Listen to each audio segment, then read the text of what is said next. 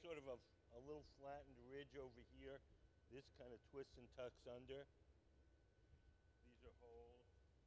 Yep. And then when you say the flattened ridge, that would be this, right? This is a Yeah. steep drop off, so we're seeing the shading on that. Yeah. So Yep. it's, I mean, Yeah, and this side's thing much sort of looks like smoother.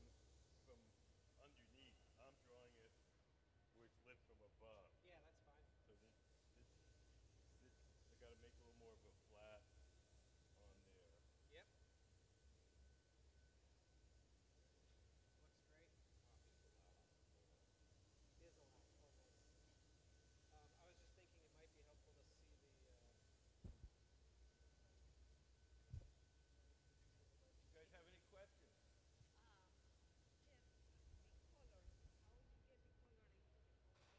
The colors in glass come from mostly from metals dissolved in the glass when you first cook it up. So it's like making a chocolate cake. You get all the ingredients and then you bake them. Cobalt makes blue, chromium makes green, a little bit of gold makes pink.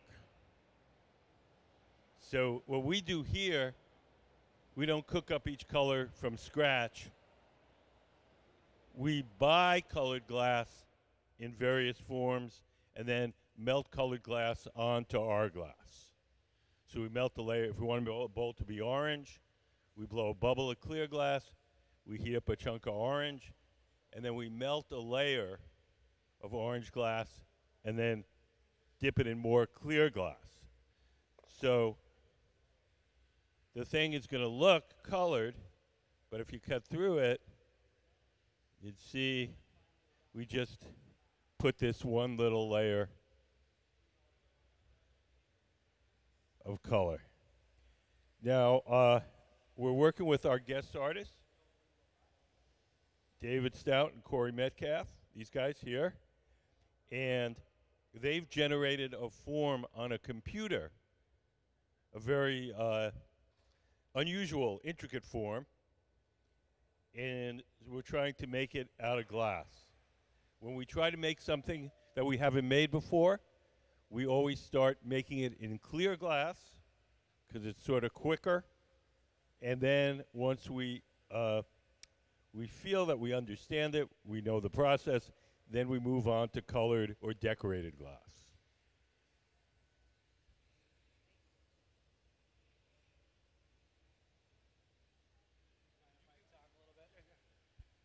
So one of the other things that we're doing is we're actually able to show the glass blowers the forms in virtual reality. And so we've brought in a virtual reality headset for them. We've got these models rendered in the computer, but they can actually walk around it, rotate the thing, see it from every angle, even potentially get inside the form and see what those internal curves are like. And so this is, for us, a pretty exciting moment of being able to share that kind of new frontier in technology with such a traditional craft form. Does anybody have questions? So one of the challenges with that is that these forms themselves have no volume. They're just a surface. You need a 3D printer. Yeah, 3D printer. So it has no actual volume. And so what we have to do is take exactly. And so there's nothing for the 3D printer to actually print. And so we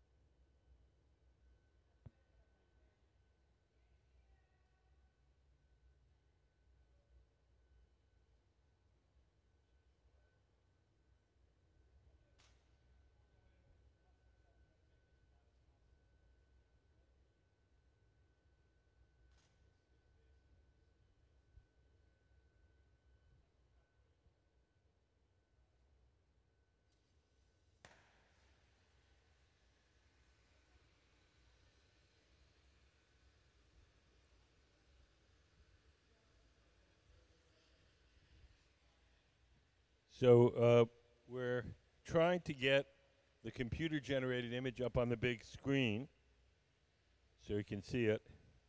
I'm trying, sort of, to draw it.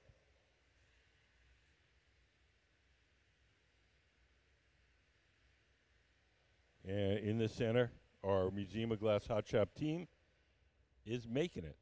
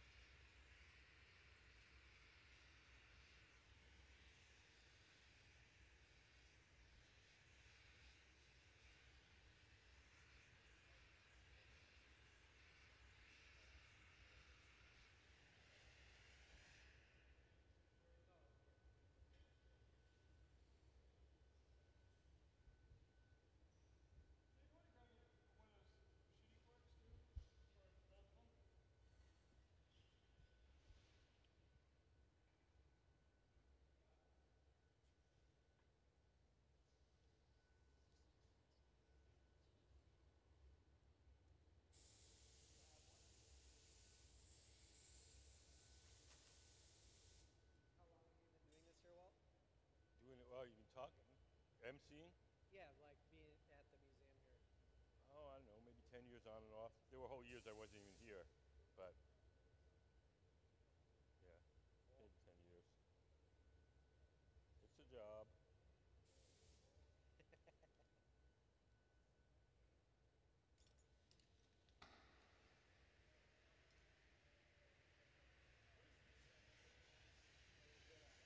Thanks. Do you guys have any questions? You guys, anything you'd like to know? Anything you always want to know about glass, but we're afraid to ask?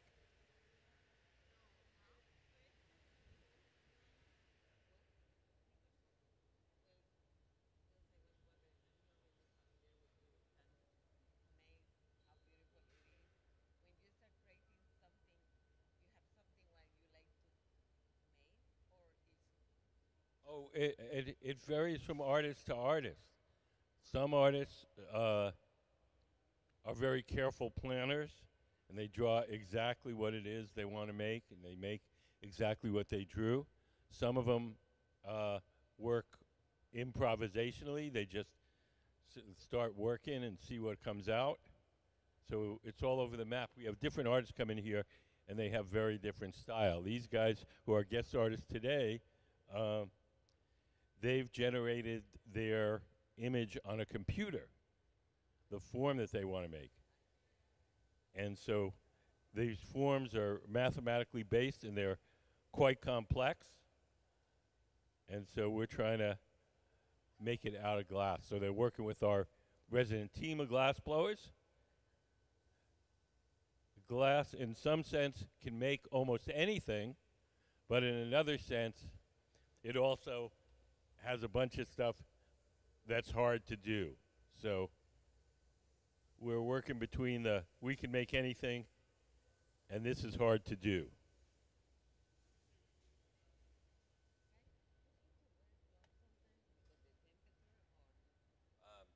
Not when we're making little things. As things get bigger and generate more heat, then we put on gloves. But there's a lot of fine handwork, so if you don't have to put on a glove, you don't want to.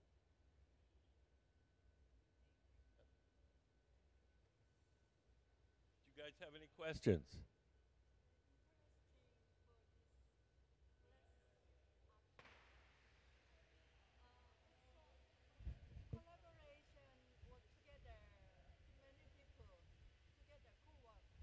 Yes, our two collaborating artists are David and Corey.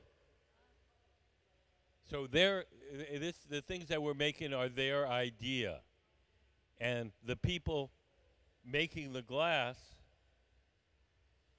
are looking at their drawing and making what these guys want to make.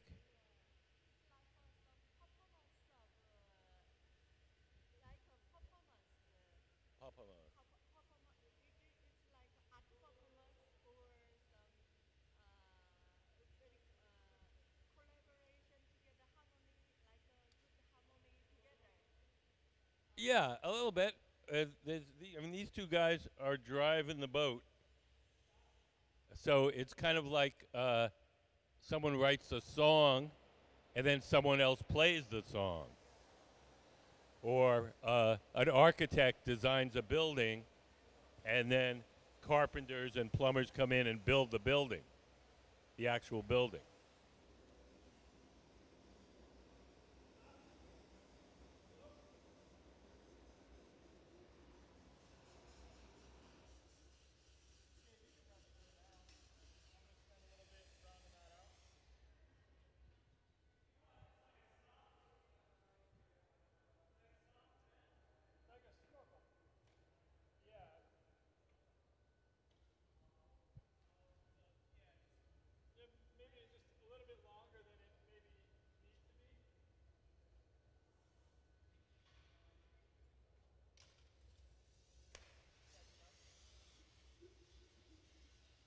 So we want several openings in this sculpture.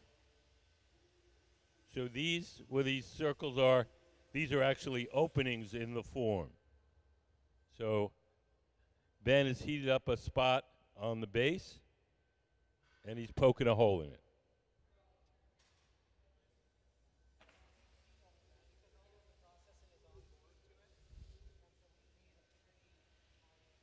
Do you guys have any questions?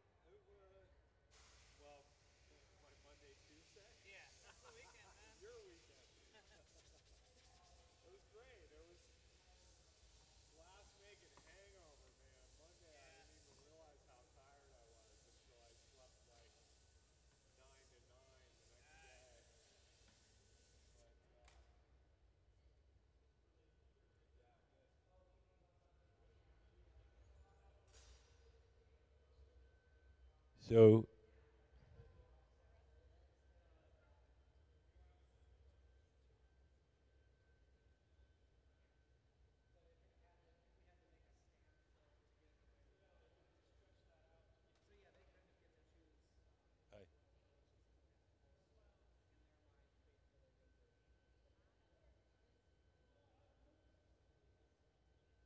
So you see some of these guys down here,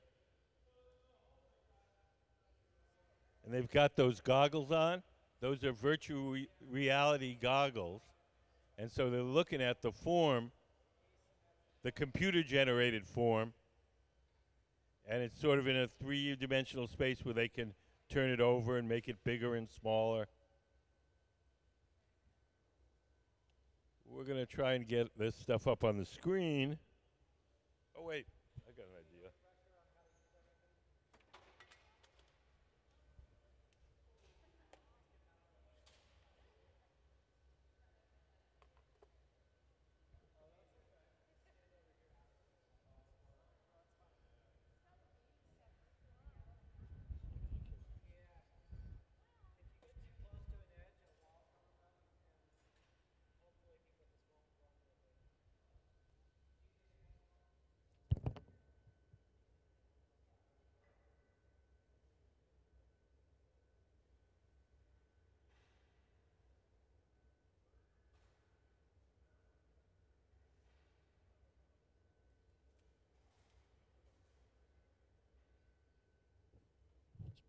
So we're going to try and get it up on the big screen, but until we do that, so this is what she's seeing in her goggles.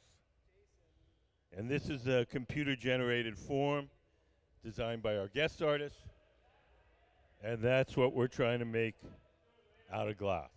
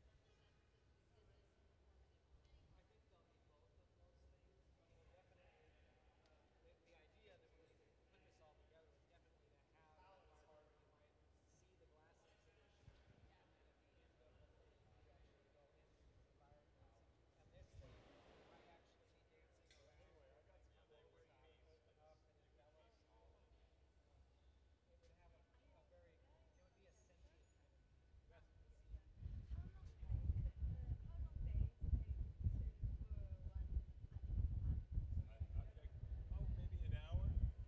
1 hour?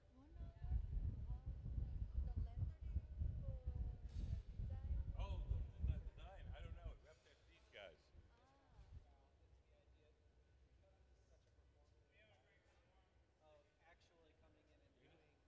He said he has a.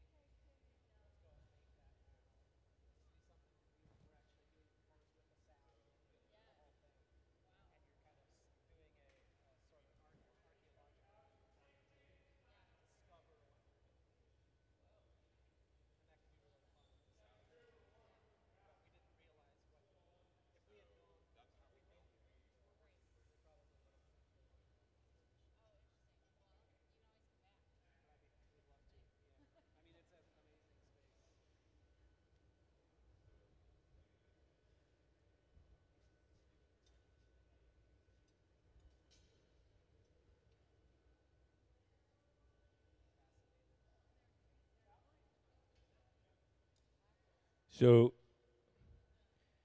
we've made a little tube. We're attaching it to the bottom hole, and we're going to use it for two different. It's not part of the sculpture. We're just putting it on there temporarily. We're going to use it for two things. One, we're going to use it to blow into the form to inflate it while we're shaping it, and also we're going to use it as a handle to hold the form while we shape the opposite end. Right now, the opposite end is stuck to this pipe over here. We're about to break it off this pipe and leave it stuck to that one. So now the end that was originally stuck to the pipe is exposed. That part can be heated and shaped.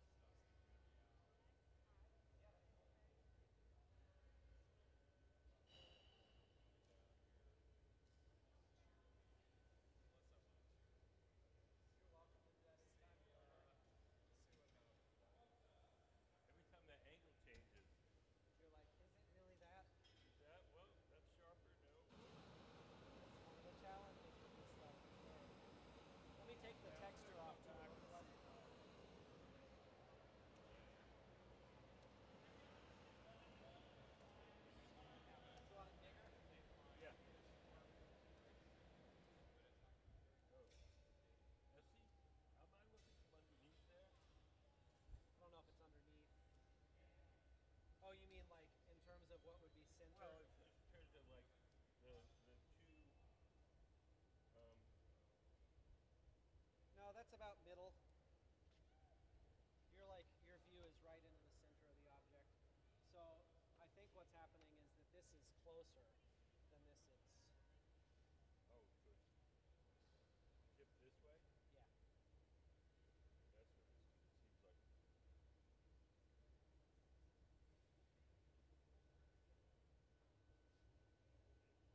I rounded the stuff out too much.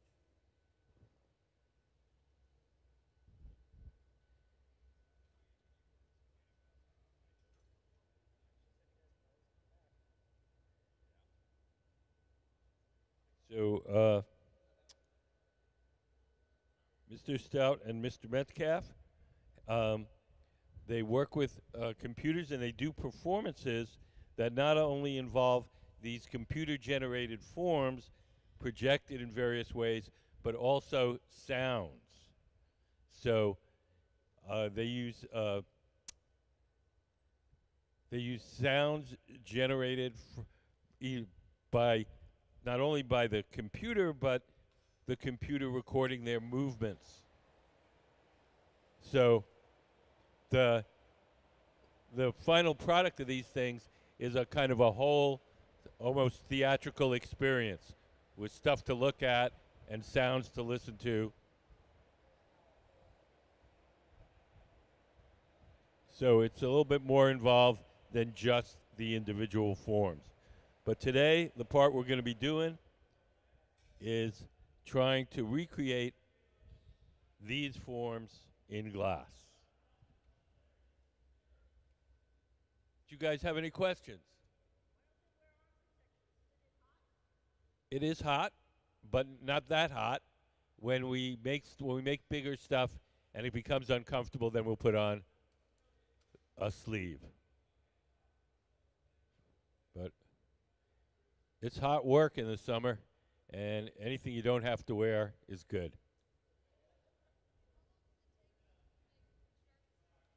It depends what you're making. Oh, we've never made one before, so I can't really tell you. This is our first shot at making one. I'm guessing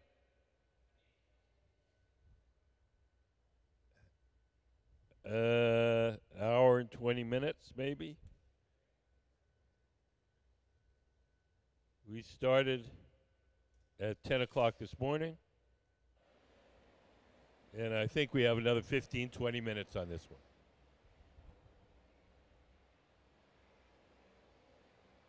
Yes.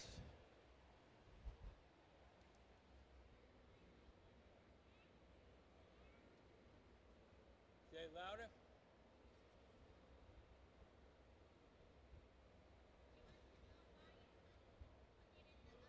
Oh, why we put it in the oven? When you glass only gets soft when you get it really hot. So we put it in the oven to get really hot, and then the glass gets soft, and then we can shape it. Does that make sense? Okay.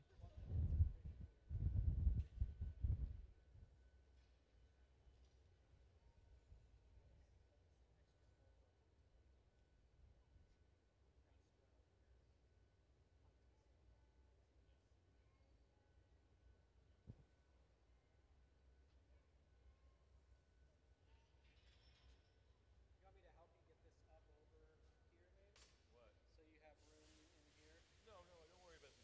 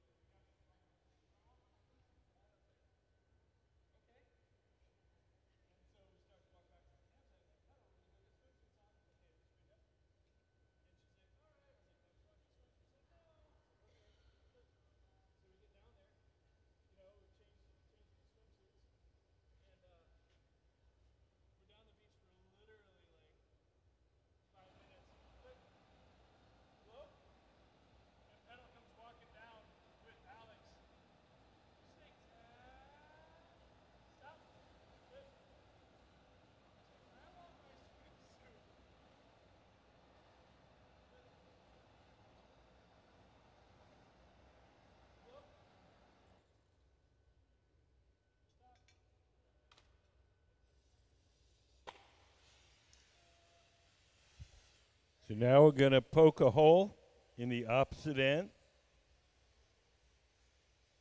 We've got that torch. It's a propane and oxygen torch with a 5,000 degree flame. And we're going to heat up the spot and soften the wet place. We're going to poke the second opening.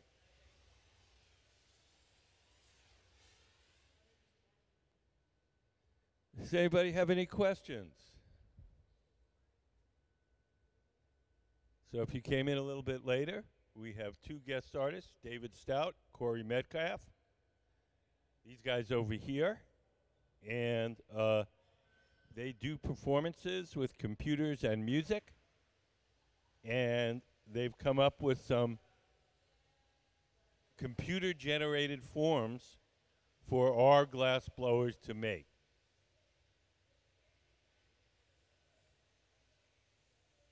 Can we put up the the form they're working on now?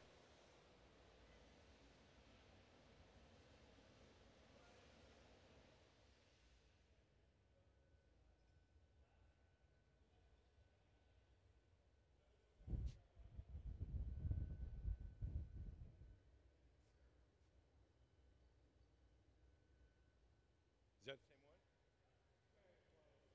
one? Okay, so look up there on the big screen. That's close to what we're making. So this form doesn't exist. It's generated on a computer by mathematics. And that's what we're trying to make down here on the floor. These are very complicated in terms of glass blowing. And this is our first shot. So we'll see how it goes.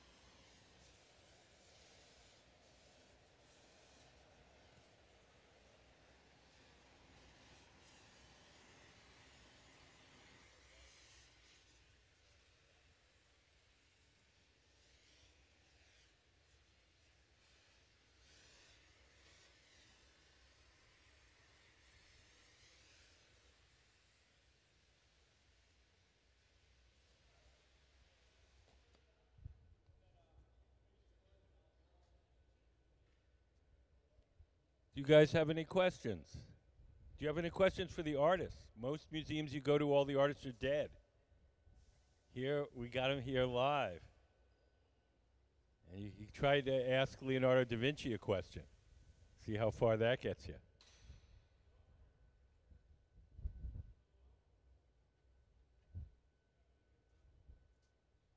Do you guys have any questions? What?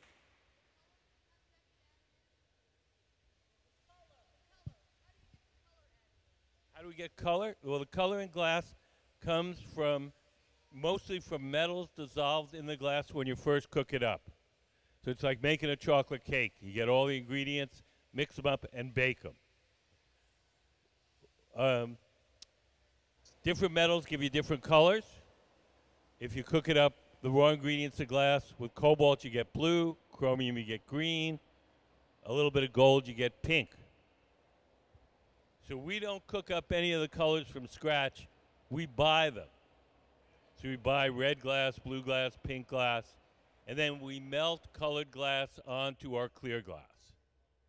We can coat the whole thing and make it all one color. We can melt on rods of glass to make stripes. We melt on little chips to make dots. So the color itself comes from the metals dissolved in the glass, but when we color it here to make things, we buy colored glass and melt it onto our glass.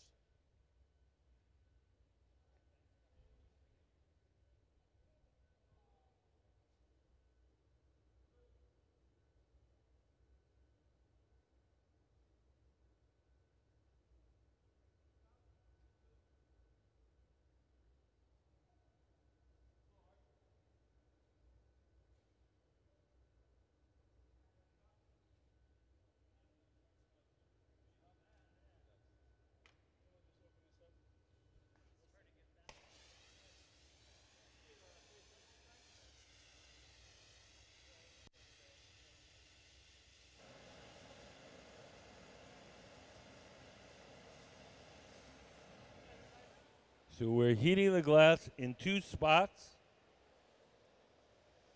Ben, the tall guy in dark blue shirt, is heating the spot we want to shape. And Casey J, standing up with her back to us, she's just heating up the connection between the metal pipe and the sculpture. That has to be kept warm or it'll crack. So every once in a while, just go back and heat up the glass where it's wrapped around the pipe.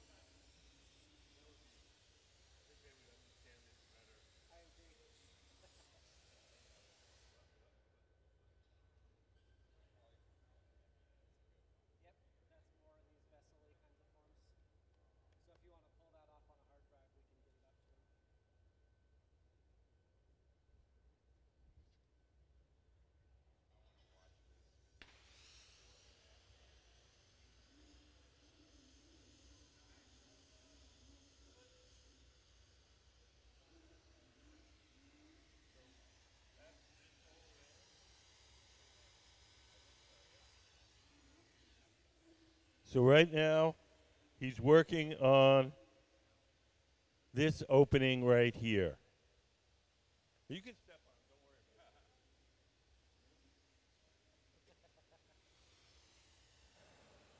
But glass is fragile.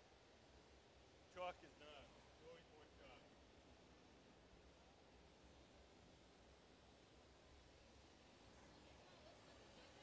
Yeah, whatever you want. It doesn't matter. We both like a lot of music. Throw on what you guys like listening to.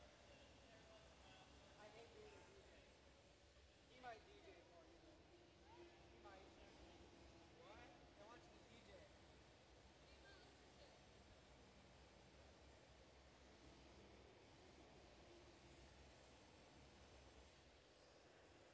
So the metal pipe and the tube is attached to this hole here. And the hole that he's fiddling with right now is this hole here.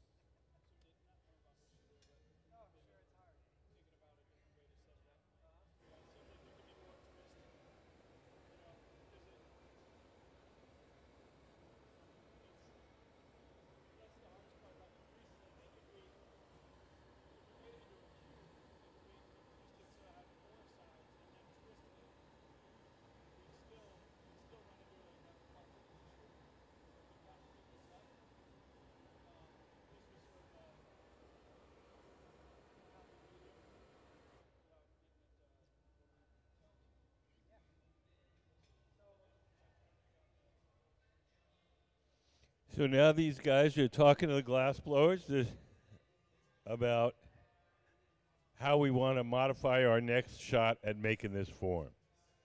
This is a very complicated from a glass blowing perspective.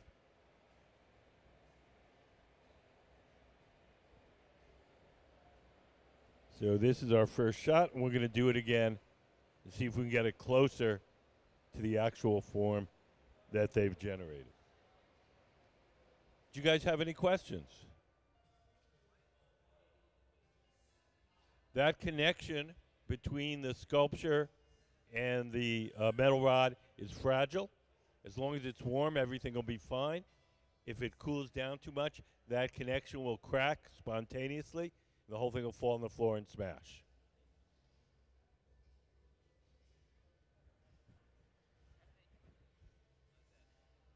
How do they twist it?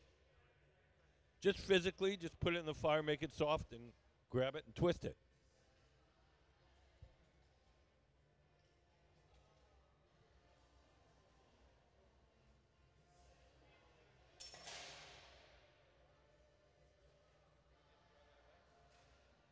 I think we're going to recycle that. That wasn't. Let me turn. Well, this is a hard form to make from a glass blowing point of view, and so we did our first try, which was that one, and the artist looked at it. They discussed it with the glass blowers, but it wasn't right. So we put the glass in the recycling pile, and now we're going to go at it again. Yep.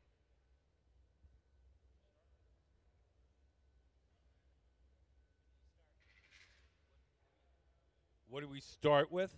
Molten glass. We have where you see that square hole in the steel wall and the door closed.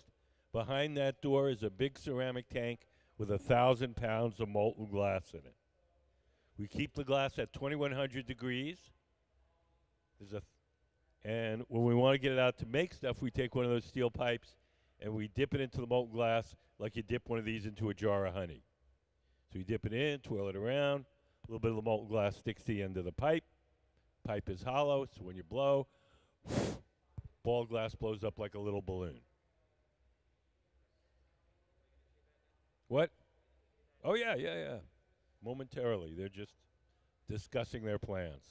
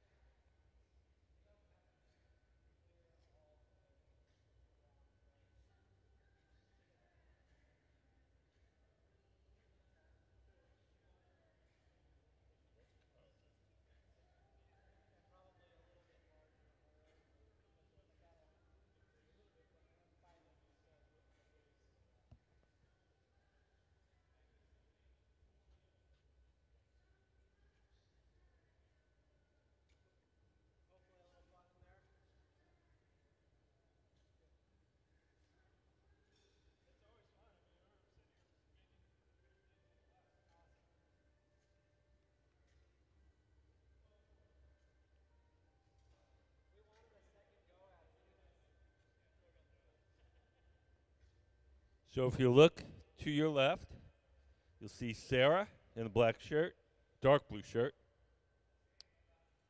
So she's dipped the pipe in the molten glass. She's going to roll it on that steel table,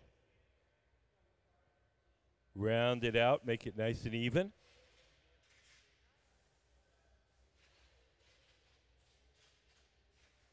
And she's going to blow just one little puff of air into the steel tube, the blowpipe, close it up with her thumb, and the heat and pressure from that air will automatically blow the first bubble.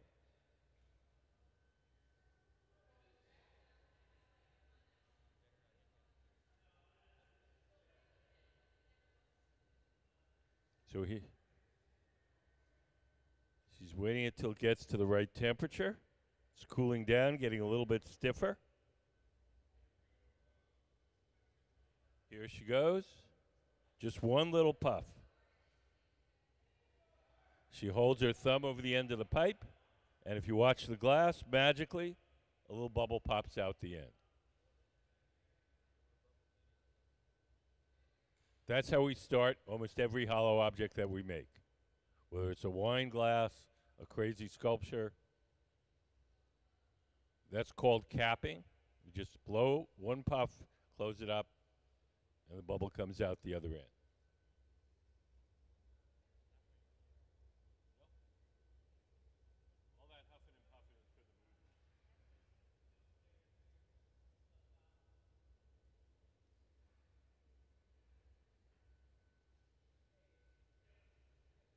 So we'll let that bubble cool and stiffen a bit, and then we'll dip it in again to our tank and get more glass.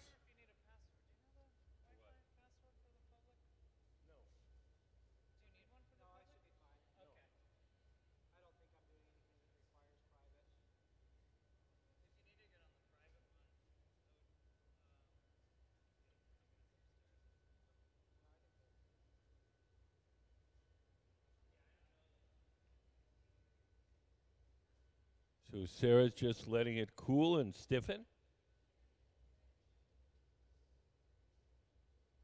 then we're going to dip it in our big tank and coat it with another layer of clear molten glass.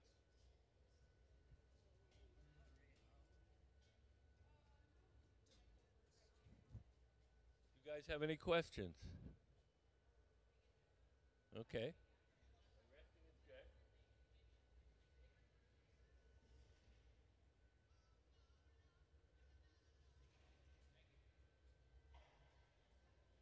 care. Coming in.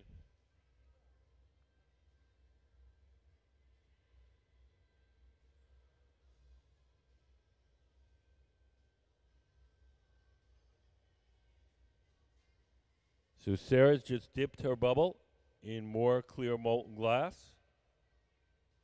And now she's going to round it out with a tool called the block, B-L-O-C-K. It's made out of wood. It's stored in a bucket of water. As long as the wood is wet, the tool doesn't burn, and she can shape the glass without leaving any marks. So we're going to repeat this process of dipping it in, rounding it out, blowing it up a little, until we have all the glass we need to make the object we're making.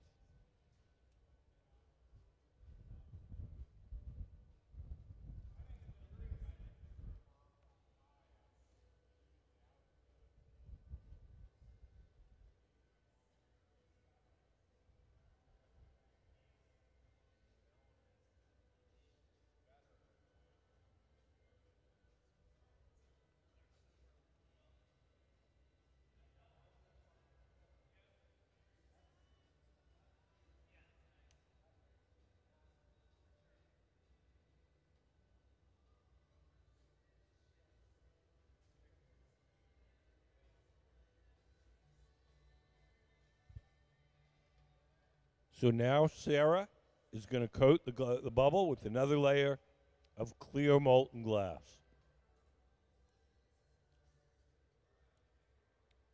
Each time we dip it into our big tank, it's called taking a gather. She's going to drip off some of the excess glass into that steel can. We'll save that excess glass and eventually we'll put it back in the furnace.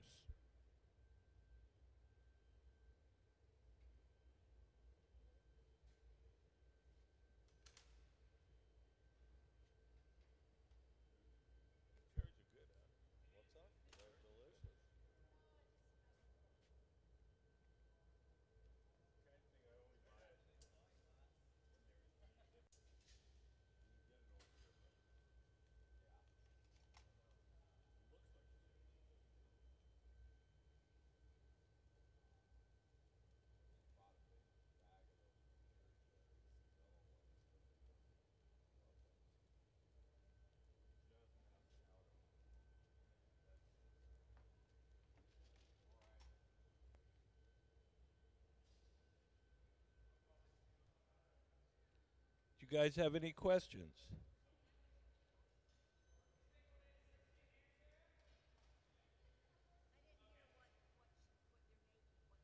There we have two guest artists. These guys over there, Corey and David Stout and Corey Metcalf, and they've designed some computer-generated shapes. We're going to try to get a picture up on the big screen, but you can also look at the chalk drawing. Oh, there it is, right there. Beautiful. So that is what they're making. It's going to be clear. The color you're seeing is the computer-generated color, but it's a very complicated shape.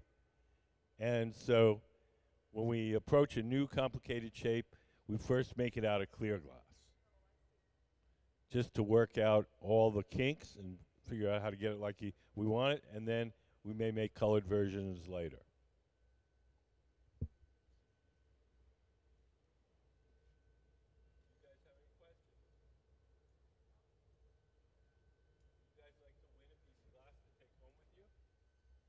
Would you like to win a piece of glass? So here's the deal. You tell me a subject that you like in school. I ask you a question. You get the question right, you get a piece of glass. You like what? Recess. I don't think recess is a subject. I'm talking art, history, math, spelling. And what grade did you finish? Just third?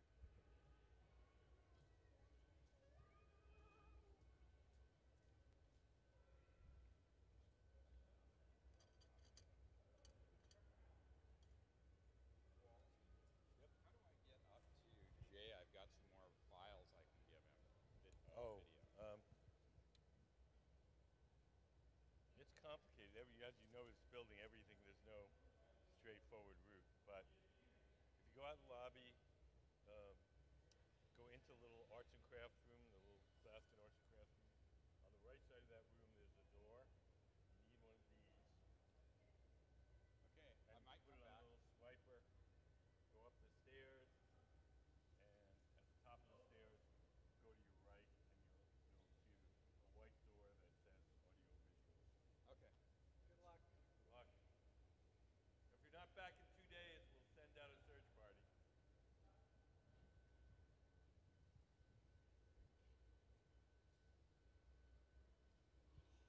So now we have all the glass we need to make the shape.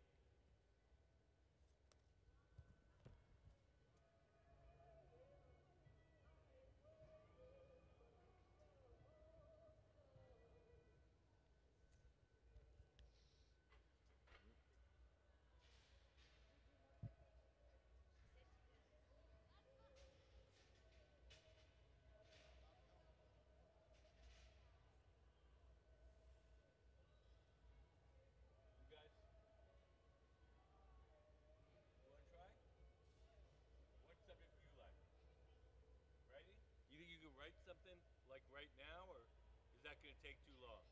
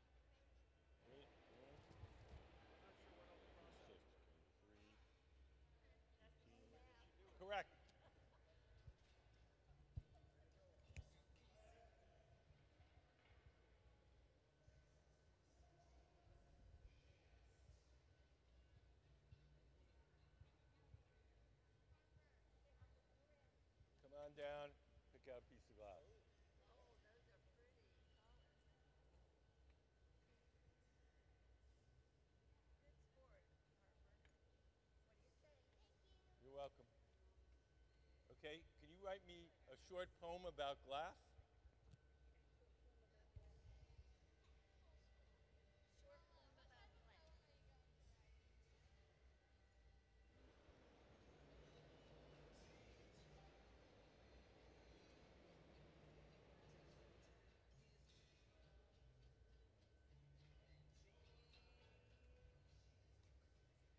So the woman in the dark blue shirt to the left of the workbench, she's the person that's blowing.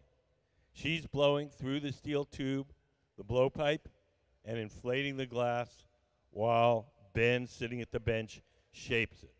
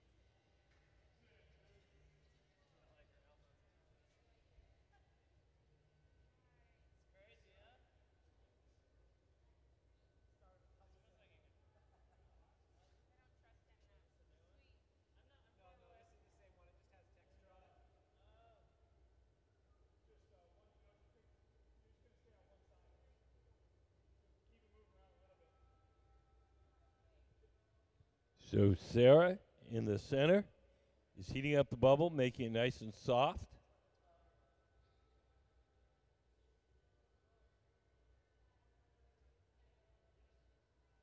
And we're going to flatten it a little bit. We'll rest it on that wooden plate. And Ben has two pads made out of cork, like cork in a wine bottle. And he's pressing on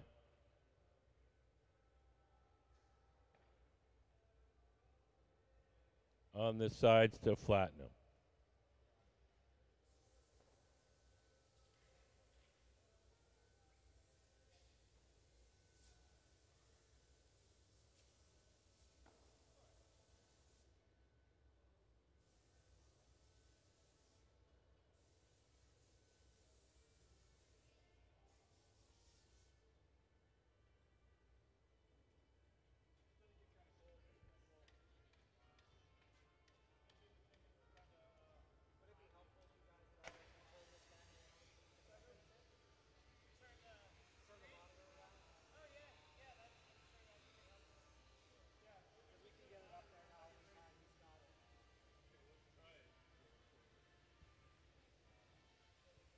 So could we show the computer shape on the big screen?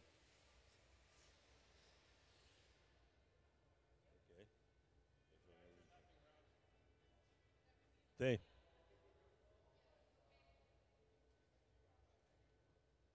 What was the problem? Did you know? Oh, I had to send it to him wirelessly.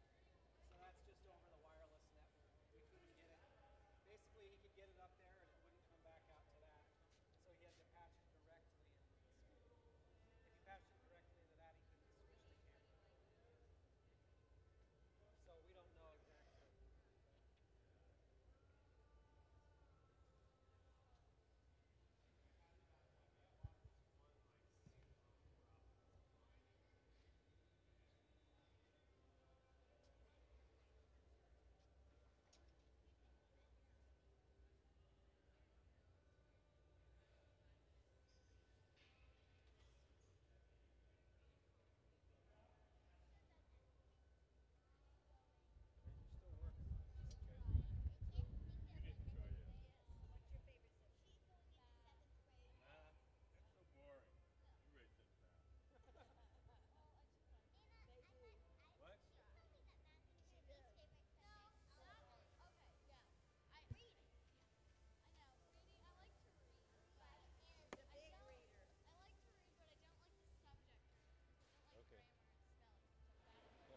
we can do reading. What grade? What grade did you? What grade did I just finish? What? Yeah. What grade am I going into, or did I just? Just finished. Oh, I just finished sixth grade. Sixth grade. Okay. Okay.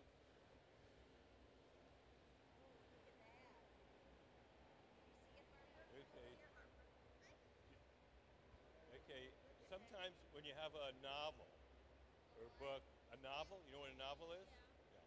Okay. Sometimes when you have a novel, there's a part that comes before the story actually starts. Oh, I know. And then it's not the introduction, but it sort of summarizes uh, what's going to happen or puts you in context of what it is. It begins with a P. What? Begins with a P. Name of that section where they say, and a land far, far away. The first part. Oh, yeah, you got it. You said it. Wait, what? You said it. Here, tell him. I don't know. I heard you say it. I don't think I said it. No, it starts with pro. Starts with pro. It does start with pro. You're almost there. And his example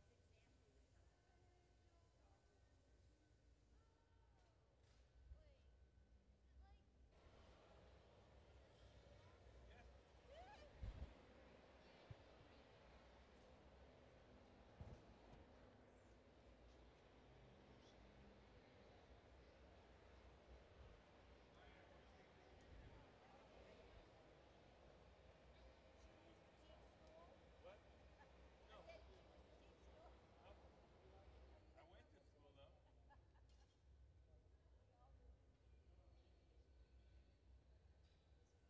Hello, have you finished your D?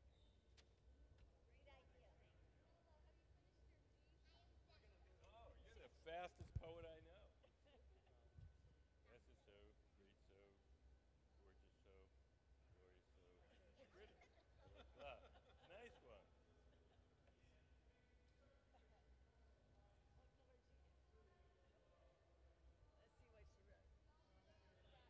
Fast is so great, so gorgeous, so glorious, so sweet.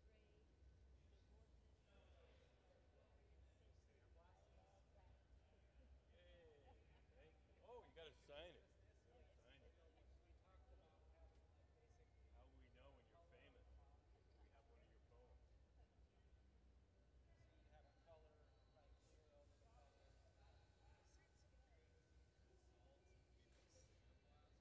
Yeah, that'd be cool. Very good sport. Oh, okay. Thank you. The original Thank you, on Lauren. here was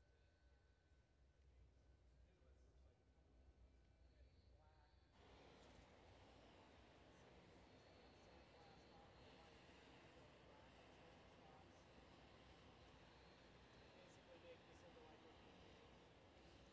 It looks like it's red and black. Sandblast off the white, black spots. Basically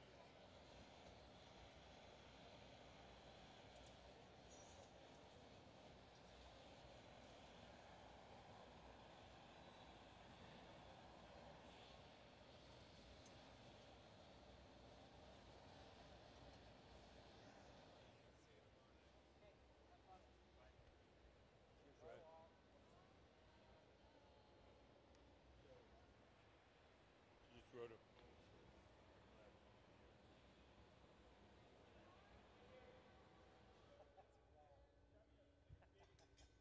That's a laugh.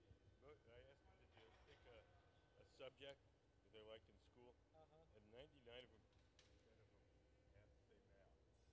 That's fantastic. I wonder why. We must be changing the approach a little bit in education or something. Yeah. I loved math, but only when I had good teachers. A bad math teacher was like, it's just not fun. I didn't really cotton to math until it got to the point where it was a little bit, trigonometry and That's the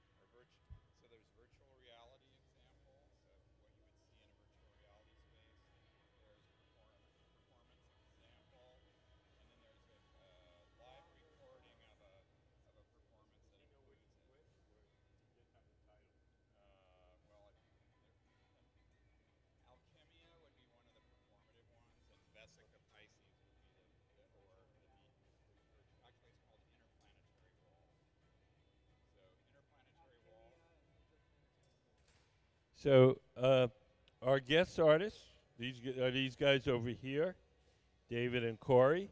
David in the brown shirt, Corey in the gray shirt. And they do performances using these computer-generated images. Could we play one of their performances? Could we play Alchemia? We'll see if this works. Is there sound?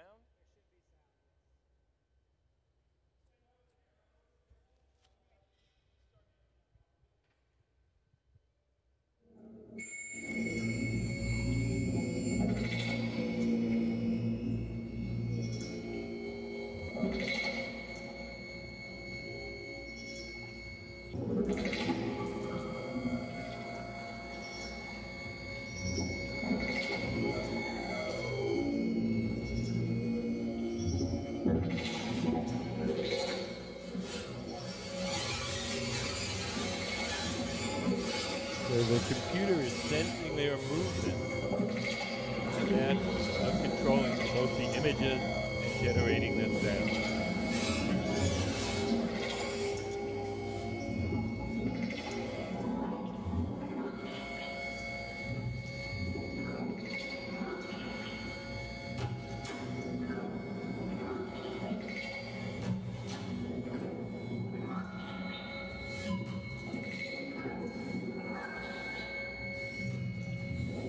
You watch their hands. The computer is sensing their hands move around. And that's changing both the images and the sound.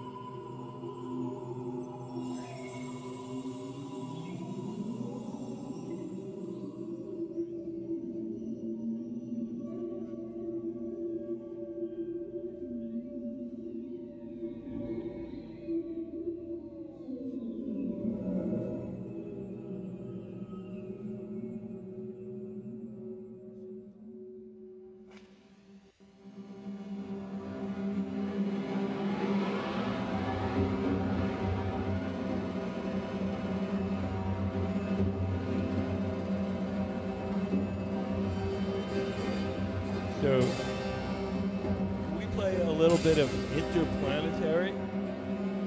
It's a different sort of performance that these guys do. We're going to switch over.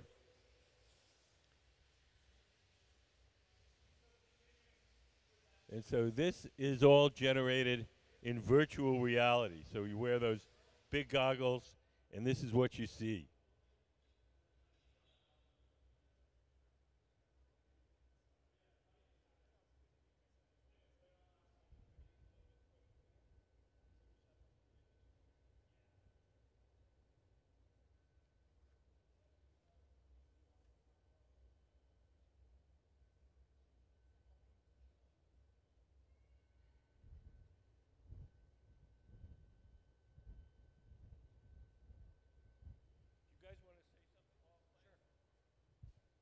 So what you're looking at is an excerpt from an installation that we did that was a mixture of projection and a virtual reality environment. And so virtual reality meaning headset that you put on and it's very immersive, 360 degrees. And what you're looking at right now would have been the projection in that environment. So you'd see this before going into the headset. And it's a real-time animation. So what you're watching in the installation was being generated live for the audience. And so this is using custom software that I've been developing with David for the last decade or so. And we basically, when you put on the headphones, it would be like going down into this field or going into a crack in the countryside or a mountain somewhere, and it would be a very immersive view of this. We'll have a view coming up in a moment of what it was like inside the virtual reality space. And we're happy to answer questions if people have them.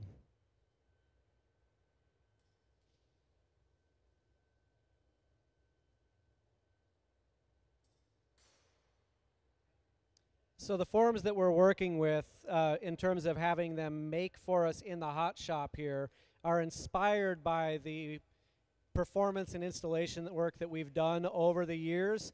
The idea might be that you encounter some of these forms in glass as part of a gallery exhibition, and as you move through the space, you're given an opportunity to go into one of these digital worlds, and you'll see these kinds of forms populating that space, like they might be floating around like a sentient being that comes and tries to interact with you. They might be vocalizing to you, and so you'd have an echo of the physical world in that digital environment that you'd go into. Oh, you did? So is it just one long stream? Well, I mean, it's like an 8-minute piece or something, or a 10-minute piece, and the second half of it is all into. Jay, can we jump to the second half of this video?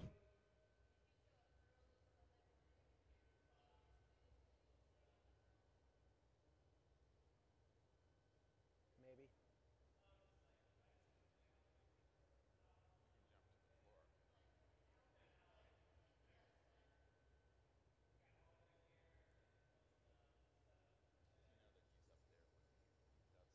Oh, that's him there.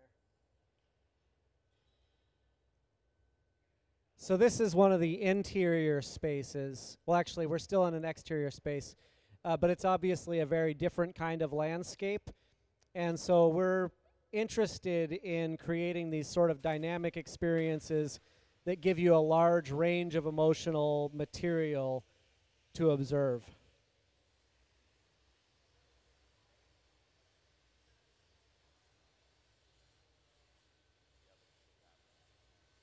What's that?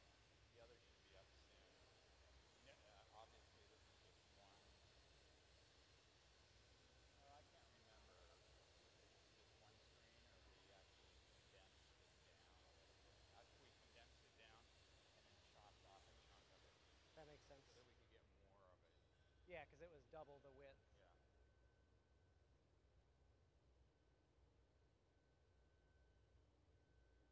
So we might want to give him like, I don't know what the video is, I've never seen it, but we might want to give him kind of bookmarks in it so that he can jump to Yeah, the other should be different like, points. should be coming.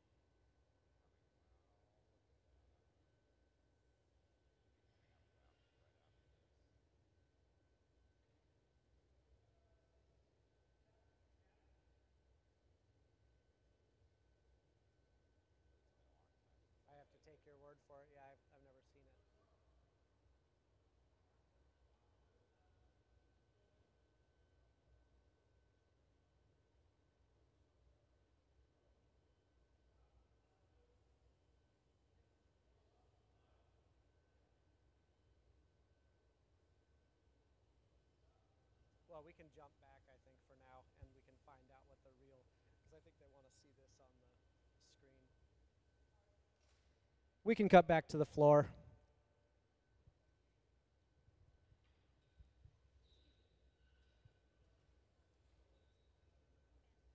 So you generate the images with a computer.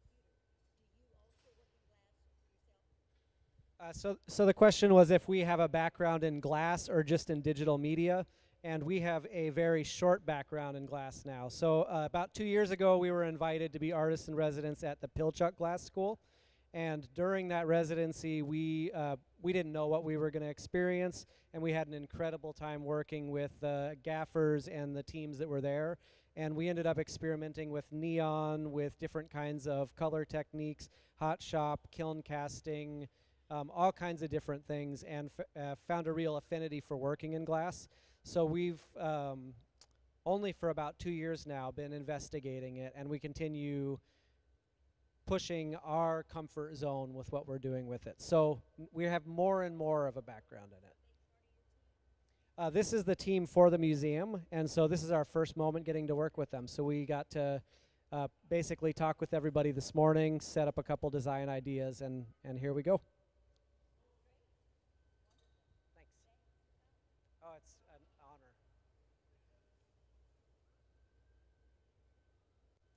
honor. So actually what you're seeing up on top is an experiment that we did with plasma at Pilchuck. And so that's neon gas that's with a single electrode, and so it creates these oscillating patterns, and it's influenced by your proximity to the piece.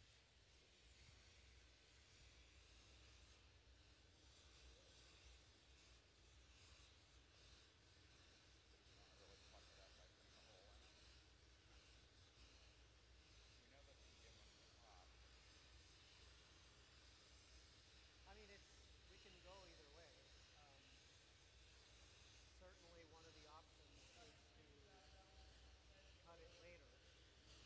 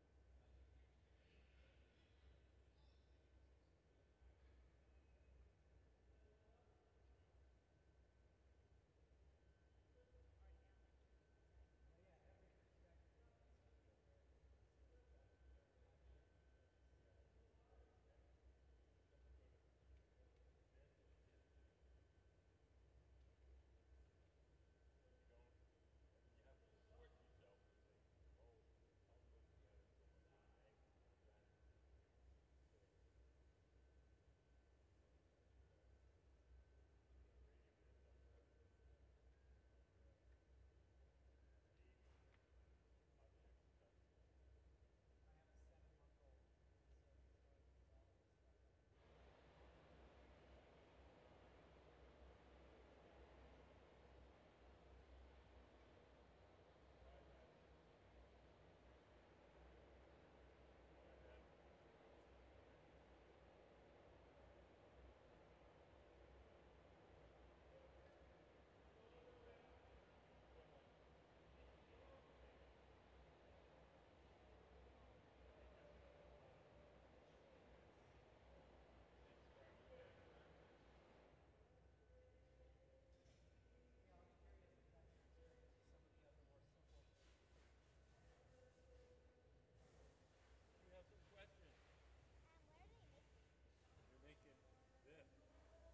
You can really get a sense of it in the glory hole. Can we put up the shape, the computer generated shape?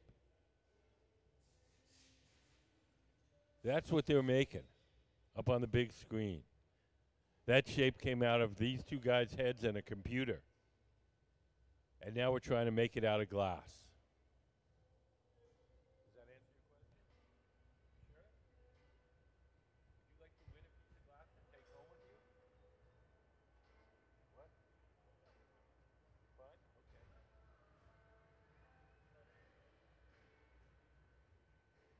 You guys have any questions?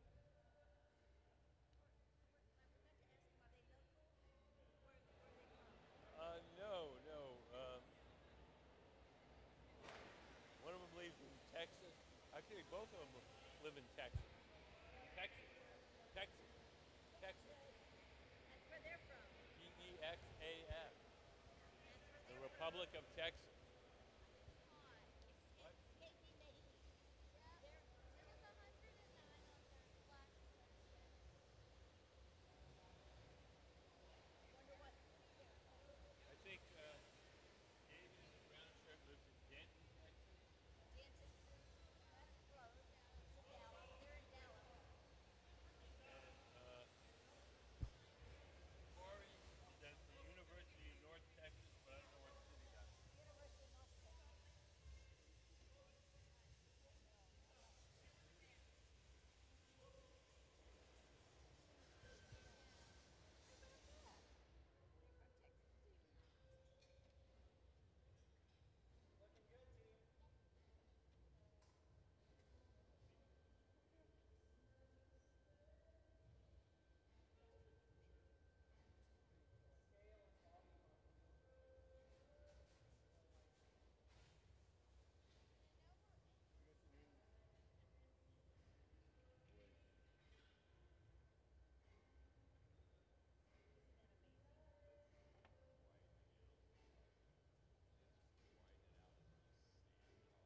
These guys over there, they're from Texas. They want to know where in Texas you are. Well, I'm not in Texas at all, but he's in Denton. I thought you worked for the University of North Texas. He does. Oh, I do. They live in Dallas. Oh, yeah, so very close by. We live here, but they're visitors. Excuse me.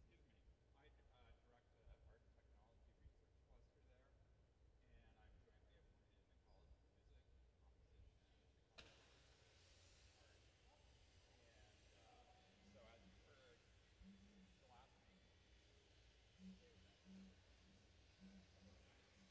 And so, as you heard, glass making is at the of our science. Do you guys have any questions? Oh, okay.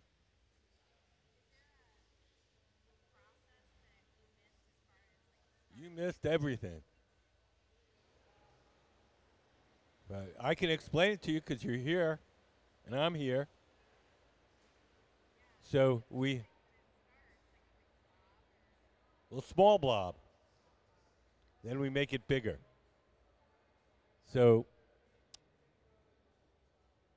today we have two guest artists, the two men standing in the center, and they've done some work with virtual reality and computer modeling, and they've designed these forms on a computer, very weird, sophisticated forms.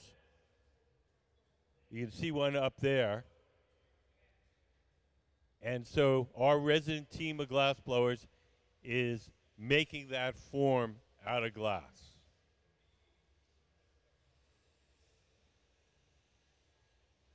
So the setup here, we have two kinds of furnaces where you see the square holes in the steel wall and the doors closed. Those are our glass furnaces. Each of those has a big ceramic tank with 1,000 pounds of molten glass. We keep the molten glass at 2,100 degrees, and at that temperature, the glass is like honey. So it's like a big pot of honey. We want to get it out to make stuff. We take one of those steel pipes, and we dip it into the molten glass like you dip one of those wooden honey dippers into a jar of honey. We dip it in, twirl it around, a little bit sticks to the end. Pipe is hollow, so when you blow, the ball of glass on the other end blows up like a little balloon.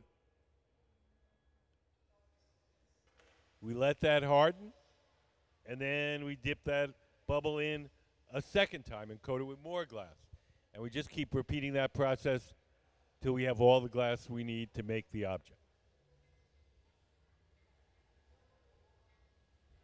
Right now it's all blown up, and now we're shaping the bubble to look like the computer generated shape he designed.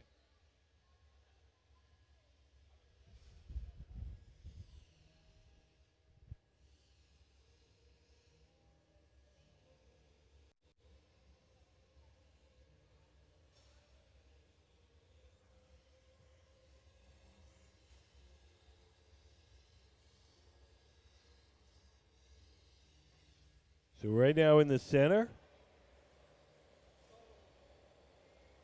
Ben in the dark blue shirt and camo shorts is shaping this opening at the bottom.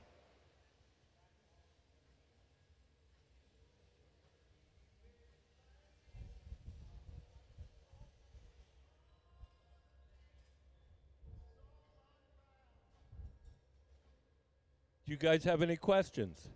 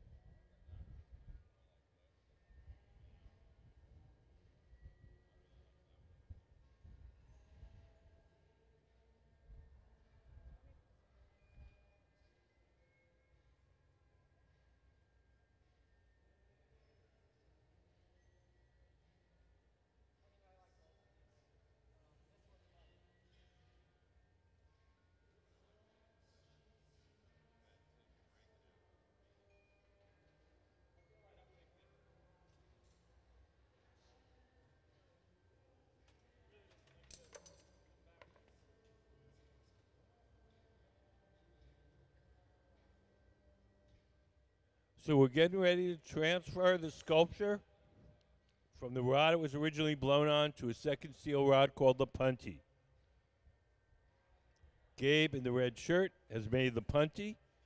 He's made kind of an unusual one. Usually we just coat the end with a little bit of glass, but this time we made a little tube that will fit over the lower hole in the sculpture.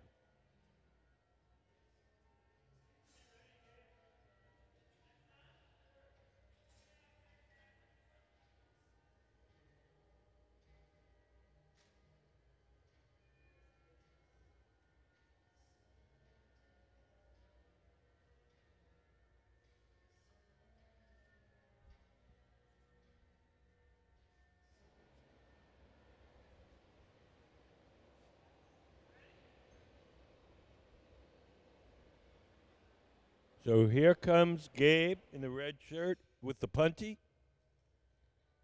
We're going to attach it over that opening. This is not part of the sculpture. It's just a piece to hold it temporarily. So that tube part he's sticking on is just to grab the sculpture. That's not going to be part of the final thing. So basically it's a handle.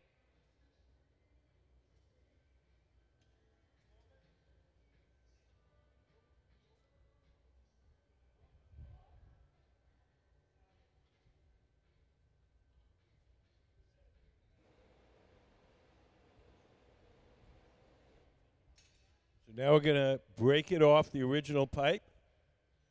A little tap, and off it comes.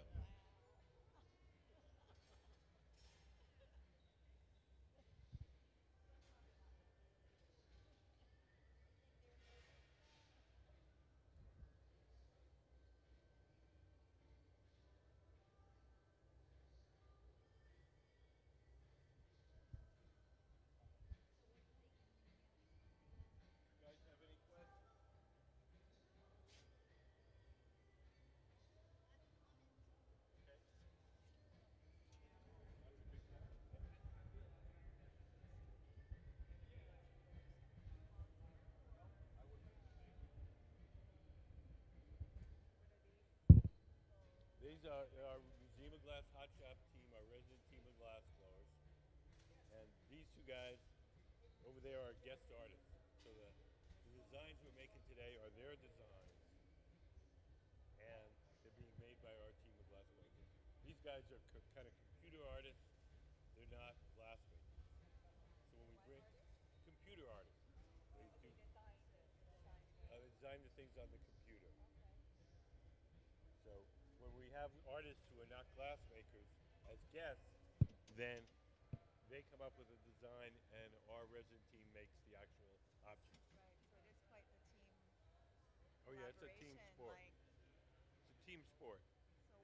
so what they're making now from start, like not the design part, but physical start to finish. What do you think? A couple of hours. I think these are about an hour and a half. Oh, really? Oh, that's great.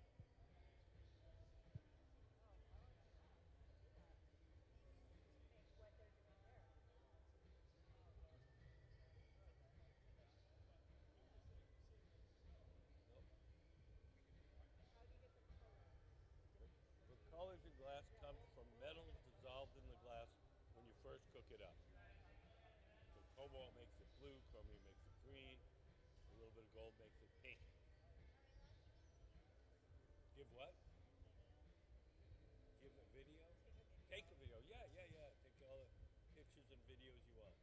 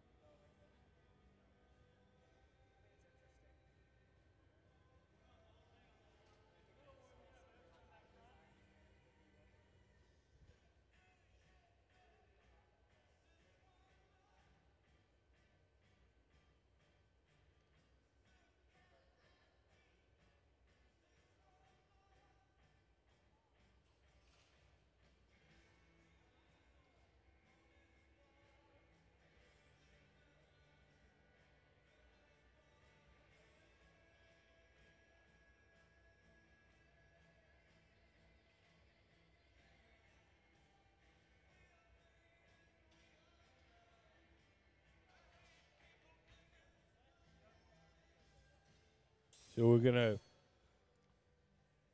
trim off some of the opening glass at the very top.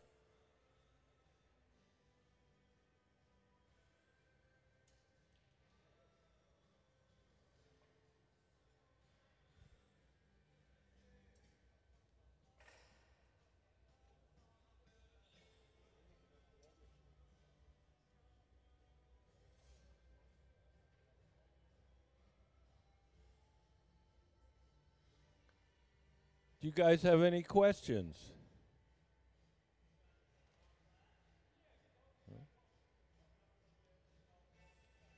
So for those who came in a little later, we have two guest artists today, David Stout and Corey Metcalf, the two men standing over there. They work with computer generated images. They're not glass makers per se, but they've started past couple of years having people create their computer generated images in glass. They've done a couple of stints at the world famous Pilchuck Glass School here in Washington State.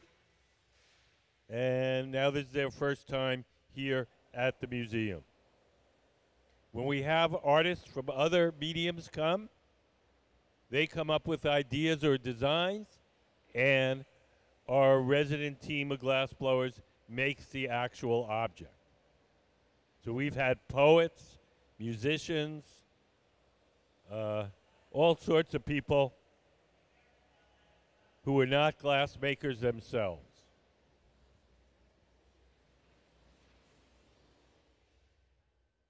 Could we put up the computer-generated form up on the big screen? Oh, okay. That's the thing we're going to make next. We're going to go back one here. And that's the form we're, oops, there it is. That's the form we're making now.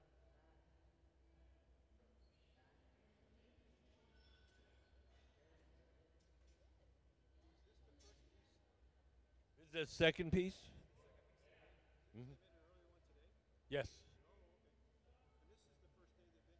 Yes.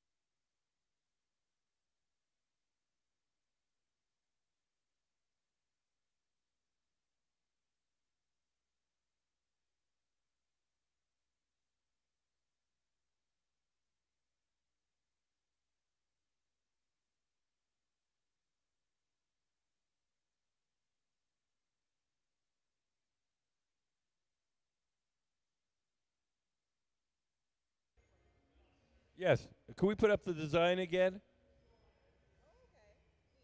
So that's the computer-generated form, and that's what we're trying to replicate in glass at the center of the shop.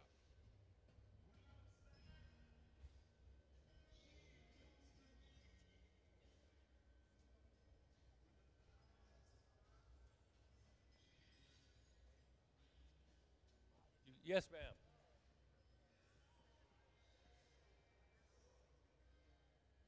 Say that louder. From concept to finish. Well, I have no idea how long these guys took to come up with the idea, but we've been working on this for about an hour and 45 minutes, making it. I don't know how long it took them to think it up.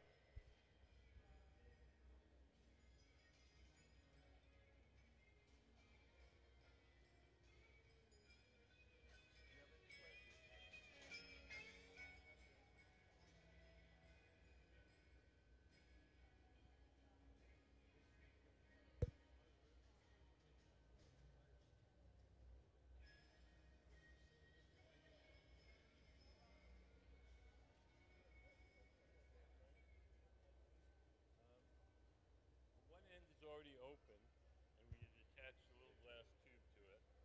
Now we got to poke the other hole in here.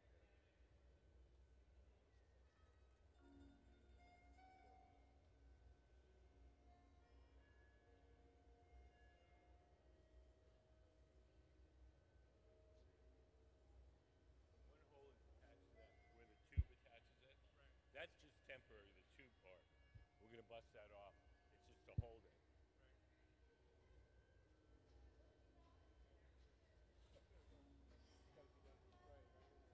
Yeah, well, generally what we do is we break it off and leave a chunk of the tube on there, and then when it cools down, we use a diamond saw, cut that off, grind it, and polish it, and it will be like it's never there.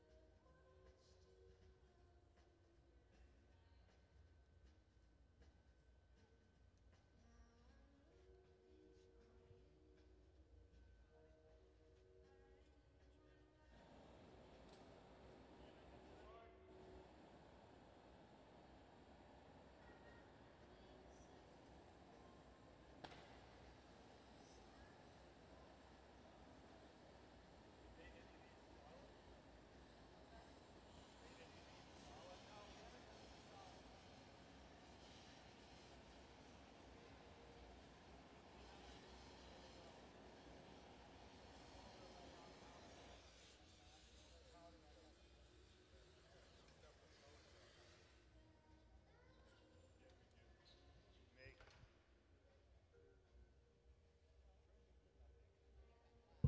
this is called the color cup, Yep. and then we Yeah, take that was our original proposal. It was we like a stuff stuffed it cup thing. with solid clear, and then shape that into your form. Interesting. So you'd have to make quite a large. Yeah, I mean it's getting the size up is significantly harder. I'm sure it is. Not that it would have to be big. I mean, No, if but you were to get the. when you make something solid, a lot of the constraints from forcing a bubble are gone. Yeah. The solid piece is actually a little bit more flexible. Yeah, because you're pulling and carving basically. Yeah, you don't have the torquing and folding things that you get with a hollow.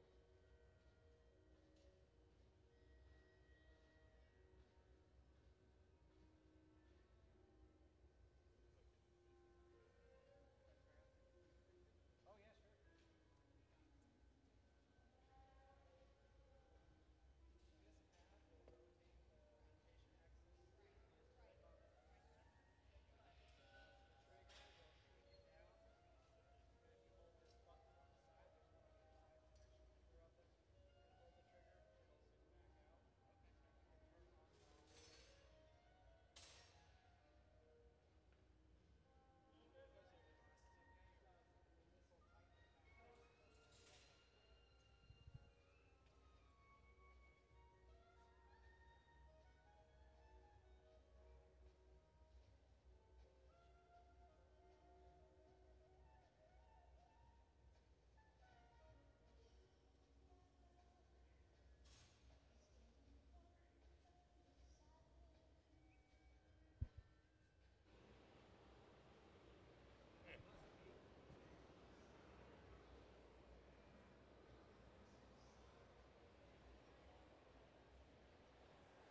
So you can see Nick, our technician, is wearing some virtual reality goggles. So he's seeing the shape projected in his field of vision. So if he looks, he's looking at a ghost. He is.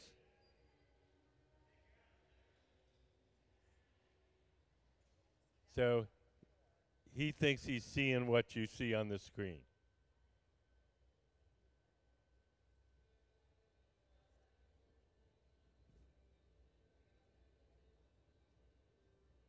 The controller in his hand allows him to move the object a little bit.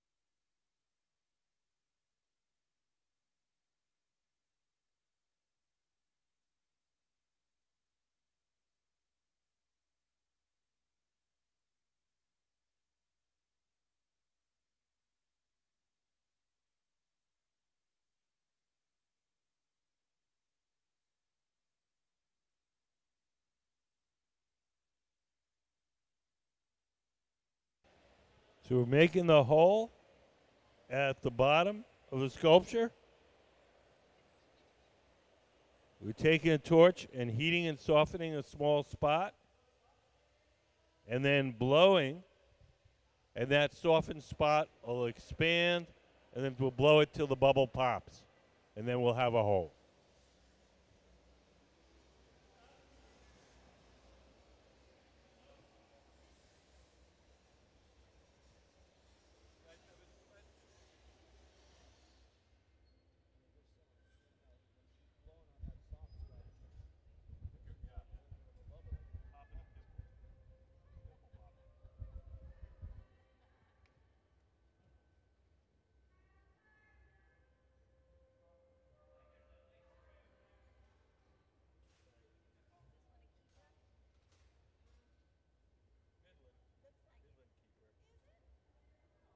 Oh, it's a nice thing, but it's not quite what they have. But they might. It's a good.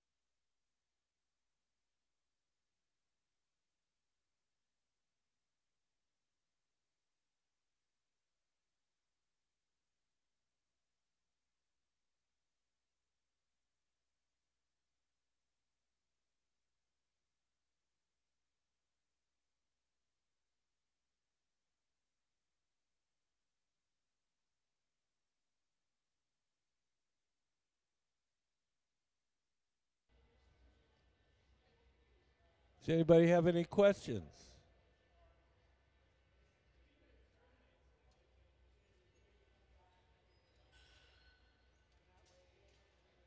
You guys have any questions?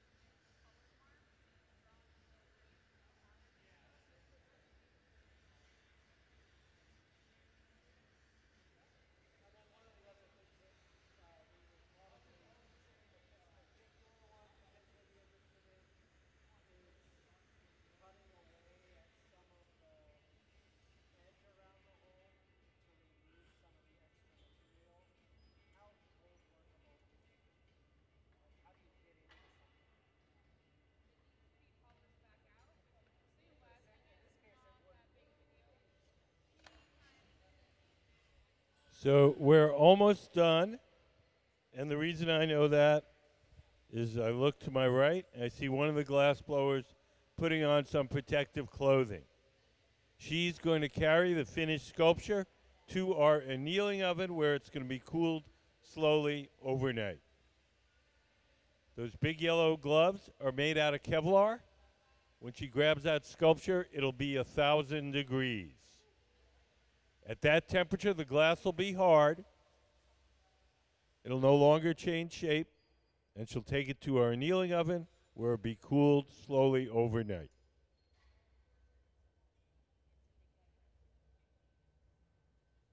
Each day we heat up the annealing oven to 920 degrees. We place all the objects we make during the day in there, and then at night we cool everything down all at once.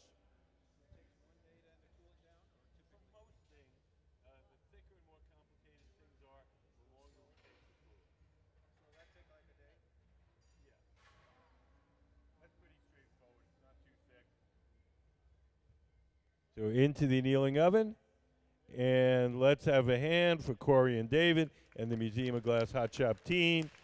Ben, Sarah, Gabe, Casey J, and Jack. So that concludes our demonstrations for this morning. We're going to take an hour lunch, and we'll be back in an hour making more glass. Does anybody have any questions before I go? Good.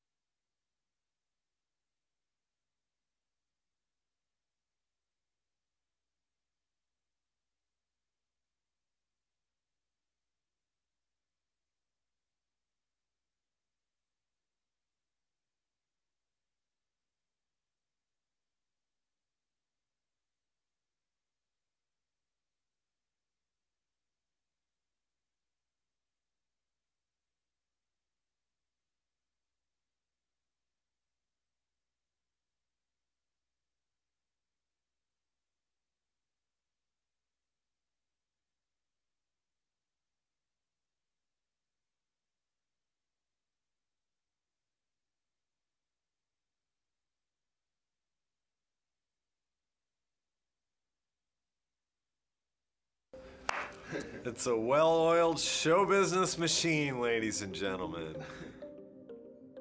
My work it kind of sits at the intersection of technology, entertainment, and art. The projects take a lot of different formats. It could be performative. I had a big project that was a game show for many years. I got interested in 3D printing because it was kind of this marriage of digital and physical, which is like where we all live nowadays, right? And the latest work that I'm doing here at Museum of Glass is about light.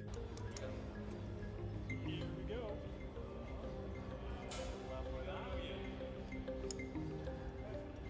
A lot of the work that I do is about being approachable and reaching an audience that may not otherwise go to art events. That's what brought me to Coney Island and performing. I got really interested in 3D printing and 3D scanning. Like, we live our whole lives now in computers, but then we're physical beings, right? So 3D printing appealed to me because it was a way of translating that digital life into physical. And 3D printing brought me to 3D carving. Instead of an additive process of building up a model with a 3D printer, I'll start with a block of graphite and use a CNC router to remove some track material and create these molds for glass castings. And that led to the forms that I'm doing now. So a lot of the forms are based on sacred geometry.